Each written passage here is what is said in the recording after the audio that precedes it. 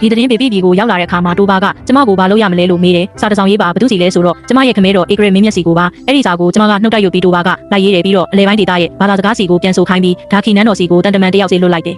စာရဲ့အကြောင်းအရာကတော့အရန်ကိုရိုးရှင်းပါတယ်အဲ့ဒီနှစ်မှာဘေဘီရဲ့ကောက်ပဲတီးနယ်ရိတ်သိမ်းမှုအခြေအနေဘယ်လိုရှိလဲကျွဲနွားတရိတ်ဆန်ဘယ်လောက်ရှိလဲနဲ့ဘယ်နှစ်စာလုံးလောက်စားသုံးနိုင်လဲဆိုတာကိုရေးထားတာပါပြီးတော့ကုန်သွယ်မှုအစီအစဉ်တစ်ခုကိုပါပူးတွဲတင်ပြထားတယ်ဘေဘီရဲ့မြင်းတွေကိုဒါခီရဲ့ပိတ်စာတွေတန်တယ်ကရိယာတွေနဲ့ပြန်လည်လဲလှယ်ဖို့ပေါ့ဒါဟာနှစ်ဦးနှစ်ဖက်လုံးအတွက်အကျိုးရှိစေပါတယ်ကျမကစစ်မဖြစ်ချင်ဘူးစာရဲ့နောက်ဆုံးစာကြောင်းကိုတော့ကျမကိုယ်တိုင်ထည့်ရေးခဲ့တာပါကျမကတော့မြေဆိုင်ပြိုးချင်ုံတက်ပါတဲ့တန်တမန်ရောက်သွားတဲ့အချိန်မှာမိဖုရားခေါင်ကြီးကဧကရမင်းမြတ်ကိုစစ်တိုက်ဖို့အမိန့်ထုတ်ပြန်ဖို့တိုက်တွန်းနေတော့ပဲဖြစ်နေတယ်တန်တမန်ကစာကိုဆက်တက်လိုက်တဲ့အခါနန်းတော်ထဲမှာတကြောပြန်ရင်းပွားကြပြန်ရောဘေဘီကအားနေချက်ပြနေတာပဲတကယ်လို့သူတို့မှာကောက်ပဲတီးနံကောင်းကောင်းထွက်တယ်ဆိုရင်ဒီလောက်မြန်မြန်ဆန်ဆန်နဲ့ဘယ်နှစ်စာတောင်လုံးလောက်ရှိနေပါမလဲသူတို့ကိုမယုံနဲ့လို့ပြောကြတယ်ဧကရမင်းမြတ်ဟာအငင်းပွားတန်တွေကြောင့်ခေါင်းကိုက်လာပြီးစာကိုဘေးဖယ်ပစ်လိုက်တယ်တိုဘာရဲ့တန်တမန်ကတော့ပြန်မသွားပဲခမ်းမကြီးထဲမှာတနာရီအပြည့်ဆောင်နေခဲ့တယ်အရှင်မင်းမြတ်ကျွန်တော်တို့မင်းသမီးလေးမှာနောက်ထပ်စကားတစ်ခုရှိပါသေးတယ်ဘာစကားလဲဘေဘီမှာ3နှစ်စာရိတ်ခါရှိတယ်လို့ပြောပါတယ်ဒါပေမဲ့ဘေဘီရဲ့မြင်းတွေကိုတော့ဒါခီရဲ့မြင်းတက်ကအရန်လိုအပ်နေတာမဟုတ်လားလို့ဆိုလိုက်တယ်နန်းတော်တစ်ခုလုံးတိတ်ဆိတ်သွားခဲ့တယ်ဒါခီမှာမြင်းပြက်လက်နေတာနှစ်ပေါင်းများစွာရှိနေပြီလေဘေဘီရဲ့မြင်းတွေကတော့ကဘာပေါ်မှာအကောင်းဆုံးပဲအပြေးမြန်နဲ့ဇွဲလုံးလာကောင်းနေပြီးတော့အေးတန်ကိုလည်းမကြောက်ဘူးဧကရမင်းမြတ်ဟာအကြာကြီးတိတ်ဆိတ်သွားပြီးမှအဲ့ဒီလိုဖြစ်နိုင်တယ်ဒါပေမဲ့ဘေဘီကနှစ်တိုင်းမြင်းကောင်ကြီး3000ကိုခွန်အတုပ်ဖြစ်ဆက်တိုက်ရမယ်လို့မိန့်တယ်မင်းသမီးကသဘောတူတယ်လို့ပြောလိုက်တဲ့အခါမိဖုရားခေါင်ကြီးဟာဒေါသထွက်လုံးလို့မျက်နှာတစ်ခုလုံးစိမ့်ဖက်သွားပေမဲ့ဘာမှမတတ်နိုင်ခဲ့ဘူးနေဆက်မြင်းမှာကုန်သွယ်မှုဈေးကွက်ကိုဖွင့်လှစ်လိုက်ပြီးကျမကိုယ်တိုင်သွားရောက်စီစဉ်ခဲ့တယ်နေရာကတော့ကွင်းပြင်အလွတ်ကြီးတစ်ခုမှုတဲအချို့ဆောက်ခိုင်းတဲ့ဆိုင်ကန်းတွေနေရာချပြီးဆိုင်းဘုတ်တွေချိတ်လိုက်တယ်ဘေဘီဘက်ချမ်းမှာတော့မြင်းတွေတရေတွေနဲ့ကျွဲနွားတွေကိုရောင်းချပြီးဒါခီဘက်ချမ်းမှာတော့ပိတ်စာတွေတန်တယ်ကရိယာတွေနဲ့စားတွေကိုရောင်းချတယ်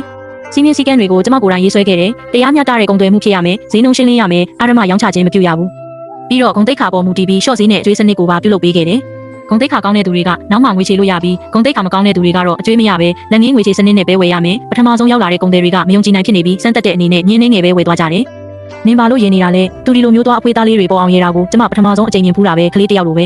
ကောင်းပြီလေသူကစားစရာတောက်စရာတွေကိုတင်းစေးပြီးမတက်ရက်ကအပြင်ဘက်ကိုရှောက်သွားတယ်တူပါ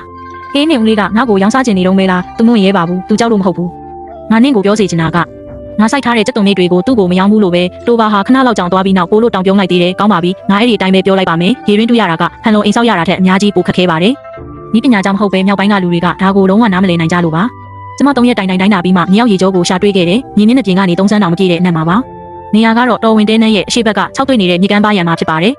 အဲ့ဒီနေရာကိုတိုးထိန်တွေတောင်တိုးတွေကိုမခေါ်သွားကြဘူးအဲ့ဒီနေရာကမြေဆောက်netတွေကိုစော်ကားမိထားလို့မျက်တောင်မပေါက်တာလို့သူတို့ကပြောကြတယ်ဒီနေရာမှာပဲတူးကြမယ်ကျမကတကိုင်းတစ်ချောင်းနဲ့တဲမြေပေါ်မှာဆက်ဝိုင်းတစ်ခုဆွဲလိုက်တယ်တိုဘာလွတ်လိုက်တဲ့လူတွေကပစိန်တွေကိုပခုံးပေါ်ထမ်းပြီးဆက်ဝိုင်းပေးမှဝိုင်းရက်နေကြတယ်မင်းသမီးလေးဒီနေရာမှာတူးလို့မရဘူးဘာလို့လဲမြေဆောက်netတွေကိုစော်ကားမိလိမ့်မယ်ဘေဘီရဲ့ကွယ်လွန်သူတွေကိုမြေကြီးထဲမှာမြုပ်နှံထားတာမို့လို့မြေကြီးကိုဖွင့်လိုက်ရင်ဘိုးဘွားတွေအေးချမ်းမှာမဟုတ်ဘူးတဲ့ကျမအသက်ကိုပြင်းပြင်းရှူလိုက်ပြီးနင်တို့ဘိုးဘွားတွေကိုဒီမှာမြုပ်နှံထားတာမဟုတ်ရင်15ရက်ကြာပြီးတဲ့နောက်မှာတော့ဒုတိယအတုပ်ရောက်လာတဲ့ပိတ်စတွေနဲ့တန်တယ်ကရိယာတွေအပြည့်စုံတင်ဆောင်လာတဲ့ကုန်တင်ကားတွေဖြစ်ပါတယ်ဈေးကွက်ကအရန်စီကားလာတယ်မိဖုရားခေါင်ကြီးဟာဒါကိုမရှုစိတ်နိုင်တော့ပဲကောက်ပဲတီးနံတွေကိုဈေးကြီးပေးဝယ်ပြီးပြန်လည်ရောင်းချဖို့လှုံ့ဆော်လာတယ်ကျမကတော့ကောက်ပဲတီးနံကိစ္စနဲ့ပတ်သက်ပြီးအစင်သင့်ပြင်ထားပြီးသားပါရိတ်ခါလက်ကျန်ကို3ဆလောက်စုဆောင်းထားတာလေကုန်တယ်ပွဲစားတွေကဈေးနှုန်းမြင့်လိုက်တာနဲ့ကျမရဲ့ရိတ်ခါတွေချက်ချင်းရောက်လာပြီးဈေးနှုန်းကမူလအတိုင်းပြန်ကျသွားရော3ရက်မြောက်တဲ့နေ့မှာတော့ကမောက်ကမဖြစ်အောင်လာလုပ်တဲ့သူတွေဟာအင်ဂျီတောင်မကျန်တော့ပဲရှုံးနေသွားကြတယ်ကျမကနာမည်စရင်းကိုမှတ်သားထားပြီးအကြံပေးလှုံ့ဆော်သူတွေနဲ့အတူဧကရမင်းမြတ်ရဲ့စပွဲပေါ်ကိုပေးပို့လိုက်တယ်ဧကရမင်းမြတ်ဟာစရင်းကိုကြည့်ပြီးအကြာကြီးတိတ်ဆိတ်သွားခဲ့တယ်မိဖုရားခေါင်ကြီးဟာသူမရဲ့အဆောင်မှာ3လတိတိအကျဲချုပ်ချခံလိုက်ရတယ်။နေဆက်ကဈေးကွက်ဟာဆက်လက်ဖွင့်လှစ်ထားဆဲဖြစ်ပြီး3နှစ်တိုင်စပွဲတွေမရှိခဲ့ဘူး။ဧကရမင်းမြတ်ဟာအရန်ကိုဝမ်းသာအားရဖြစ်ပြီးကျမကိုနေဆက်ဆောင်မင်းသမီးအဖြစ်ခန့်အပ်ကြောင်းအမိန့်တော်ထုတ်ပြန်ခဲ့တယ်လို့ရွှေတင်းကားပြ1000ကိုလည်းဆုလက်အဖြစ်ချီးမြှင့်ခဲ့တယ်။အမိန့်တော်ရောက်လာတဲ့အချိန်မှာကျမကလေကွင်းထဲမှာဂျုံတွေကိုကြည့်နေတာပါ။မင်းသမီးလေးဒါကဧကရမင်းမြတ်ရဲ့အမိန့်တော်ပါအဲ့ဒီနားမှာပဲထားလိုက်ပါမင်းသမီးလေးဧကရမင်းမြတ်ကရွှေတင်းကား1000လက်ဆောင်ပေးထားတာပါငါအတွက်မှတ်တမ်းတင်ထားပေးပါနောက်ကြရင်ဒါကိုလမ်းဖောက်ဖို့သုံးမယ်အဲ့ဒီရွှေတွေကမင်းသမီးဘလောက်တင်ထားနိုင်မလဲဆိုတာမှန်းဆကြည့်စမ်းနင်ပိုင်တဲ့အရာအလုံးကနင်ဟာပဲနင်မပိုင်တဲ့အရာကိုတော့လမ်းဖောက်ဖို့သုံးတာပေါ့ဘေဘီရဲ့လမ်းတွေကအရန်ဆိုးရွားနေတာဒါကတေယူပို့ဆောင်ရေးကိုထိခိုက်စေတယ်သူကကျမကိုမျက်လုံးတောက်တောက်တွေနဲ့ကြည့်နေတာကြောက်စရာတောင်ကောင်းလာတယ်နင်လုပ်တဲ့အရာမှန်သမျှကဘာဖြစ်လို့တနည်းမဟုတ်တနည်းနဲ့စိုက်ပျိုးရေးနဲ့ပဲဆက်ဆက်နေရတာလဲကျမအလေးနဲ့စဉ်းစားပြီးမှမြေကြီးကိုတေချာစိုက်ပျိုးရင်စားစရာရိတ်ခါရှိတာပေါ့လို့ပြောလိုက်တယ်လမ်းဖောက်မယ်လို့ကျမပြောခဲ့တဲ့အတိုင်းကျမတို့တကယ်ပဲလုပ်ခဲ့ကြတယ်ကျမကိုယ်တိုင်မြေပုံဆွဲပြီးလမ်းကြောင်းကိုရွေးချယ်ခဲ့တဲ့ဈေးကွက်ကနေတော်ဝင်တင်းတန်းအထိပြီးတော့မျိုးနယ်စုတစ်ခုစီစီကိုခွဲထွက်သွားတဲ့လမ်းခွဲတွေအထိစုစုပေါင်း300ရှိပါတယ်လမ်းရဲ့အောက်ခြေကိုကြောက်ခဲကြေတွေခင်းပြီးအပေါ်ကတဲတွေဖြူတယ်ဘေးနှစ်ဖက်လုံးမှာတော့ရေနုံမြောင်းတွေတူးတ